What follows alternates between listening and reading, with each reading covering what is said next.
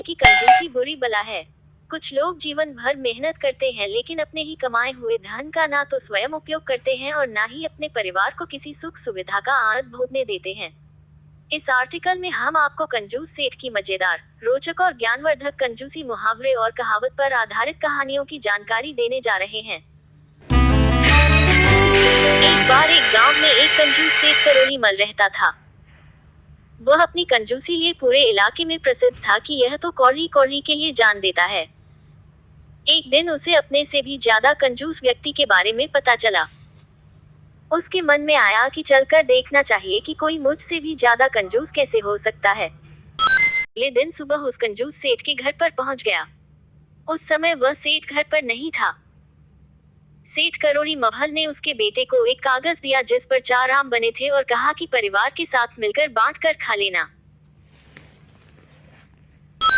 दूसरे कंजूस सेठ के बेटे ने हवा में 6 सेब बनाए और कहा कि लगा कि आप भी परिवार सहित मिल बांट कर खाना। सेठ करोड़ी मल सोचने लगा कि यह तो कंजूसी में मेरा भी बाप निकला। मैंने तो कागज का इस्तेमाल किया, उस पर पेन की स्याही से आम बनाए, लेकिन इसने हवा में ही सेब बना दिए। एक बार उसे जरूर मिलना चाहिए। सेठ के घर के बाहर उसका इंतजार करने लगा। कुछ समय पश्चात वह सेठ वापस आ गया तो वह बाहर खड़ा होकर उनकी बातें सुनने लगा। उसके बेटे ने बड़ी खुशी खुशी अपने पिता को बताया कि दूसरे गांव से एक कंजूस सेठ आपसे मिलने आया था। उसने एक कागज पर बनाकर मुझे आम दिए और कहने लगा कि परिवार सहित खा लेना।